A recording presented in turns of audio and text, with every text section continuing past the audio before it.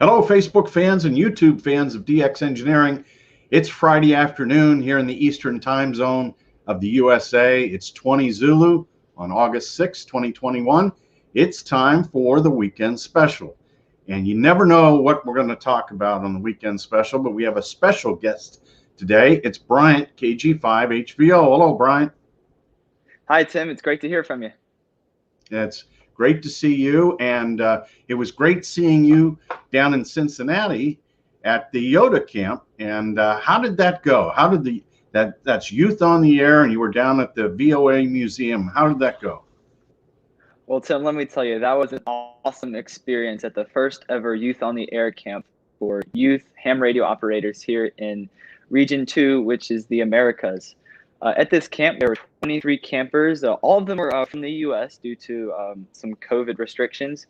We had a big age range from 14 years old to 21. And like you said, it was held at the Voice of America Museum of Broadcasting near Cincinnati at the KG5HVO club. They did a really awesome job hosting us. And during this camp, there were lots of radio topics presented. You know, we had topics about satellites and contesting and high altitude balloons and antenna building kits. It was a very diverse range of topics. So I also got to meet a lot of really enthusiastic young hams that were just so energetic about the hobby. It was really, really refreshing. So you got to hang out with some of your people, right? Yes, sir. Yeah, there was a lot of different topics discussed, like non-radio topics, but there was also a lot of just like, friendly banter about, especially from like the contest crowd of the camp. In fact, one of the really cool activities we did at camp was an eyeball sprint, just like we do at Contest University, that's led by Doug Grant, K1DG. We did an eyeball sprint at the camp, and we even added some QRM. Different volunteers were going around just kind of like yelling in the contesters' faces to add in that additional aspect of interference. But we did about 5-8 minute sprint eyeball sprints where the campers would just run around and meet or make QSOs with the other campers. And I think the highest QSO total was like 19 in a short amount of time. It was really impressive. Well, that is super. So how long have you been a ham now?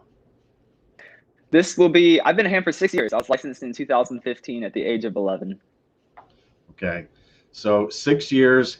And what are you doing now, here the last month or two or three in the amateur radio hobby? So I've been working on upgrading my station. I've been looking at also adding some antennas for VHF and like the 6 meters. For a while, I was solely focused on qualifying for the 2022, or I guess now 2023, WRTC in Italy. And I did pretty good at getting my station ready for that. I have lots of quality wire antennas for HF. I live in a homeowners association restricted neighborhood, so I can't have really visible antennas and towers and such. So I'm looking into adding some new VHF antennas so I can play on the 6 meter band and maybe even adding some 2 meter antennas. But I'm also just focusing on making sure that all connections are secure and that ropes aren't fraying and such. Great, great. Now, what year in high school will you be starting here soon? I will be a senior in high school. Wow. And still homeschooled, right? No, I'm actually going to a traditional school to finish out my last year. I had an opportunity to play on a very competitive baseball program at a school about 15 minutes away from my home. And so I'll get to finish out my high school athletic career with some of my best friends. Now, that is great to hear. And so, when you think about all the experiences that you've had, you went to Germany at WRTC 2018. You've been on the David Coulter Youth DX experience. You've done the YOTA camp. Boy, and I know I'm probably missing a handful of other really good things, Team Exuberance that you've done. I mean, you've had a lifetime of experiences, and you're not even out of high school yet. Well, I've been very, very blessed in my amateur radio career to have many great connections, great friends, a lot of quality Elmers that have been there to support me as I'm really maturing through the hobby, because I'm not the best operator, but I'm always striving to be better. And yes, I've had lots of great opportunities to meet a lot of awesome people, travel to some really awesome places like Costa Rica and Curacao, and up to your station in Pennsylvania to operate the WPX SSB contest. Those are some really awesome experiences that I'll never forget. So what about college? What are you thinking about? So I am thinking about getting an engineering degree. I went to an Auburn University Engineering Expo a few weeks ago, and I was really impressed with some of the engineering programs that university hosts.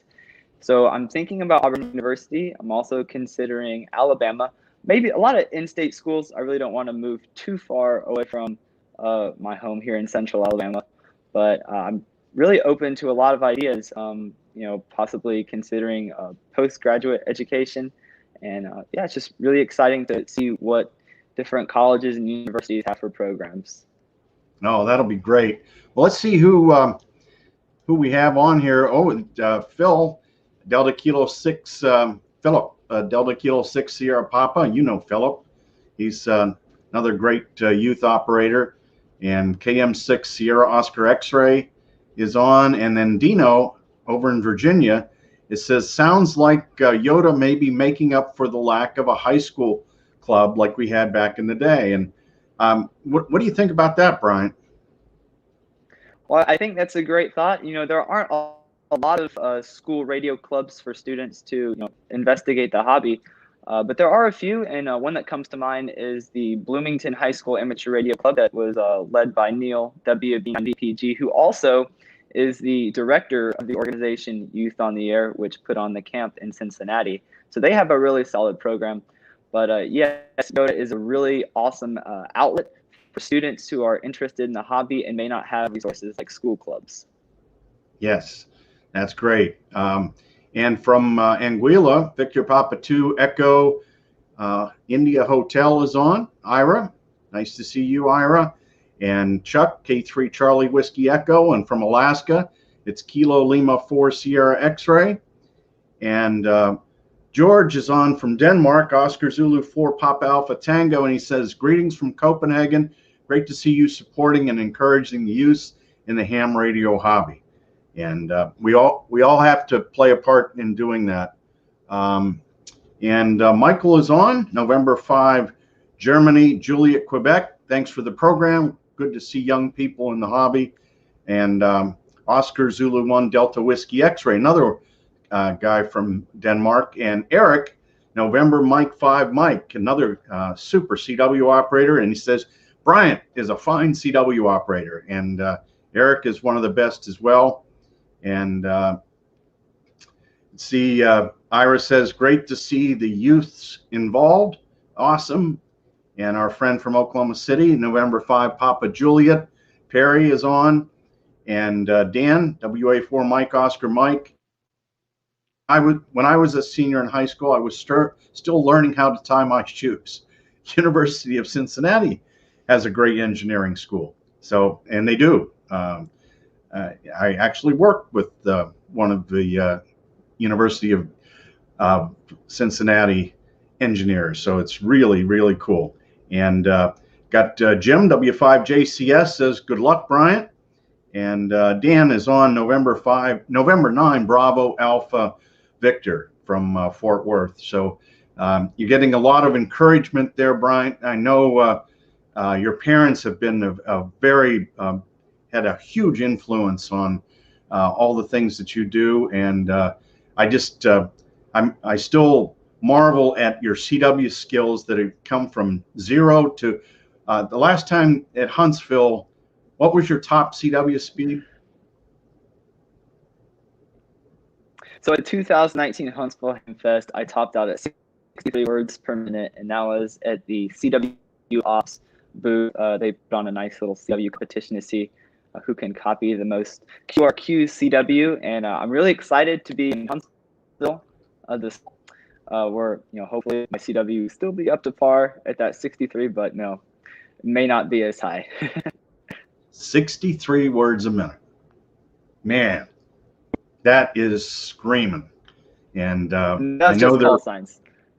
Text is a little bit different, but yes. Yes, yeah, but still 63 words a minute. That is amazing. And nobody copied anything faster than you did, right? Correct. At least. Dayton is a different story. They have some really awesome CW monsters walking around there. Yeah, that's true. Well, Bryant, we thank you so much for coming on today and telling us about your experiences at the Youth on the Air camp and some of your other ham radio experiences.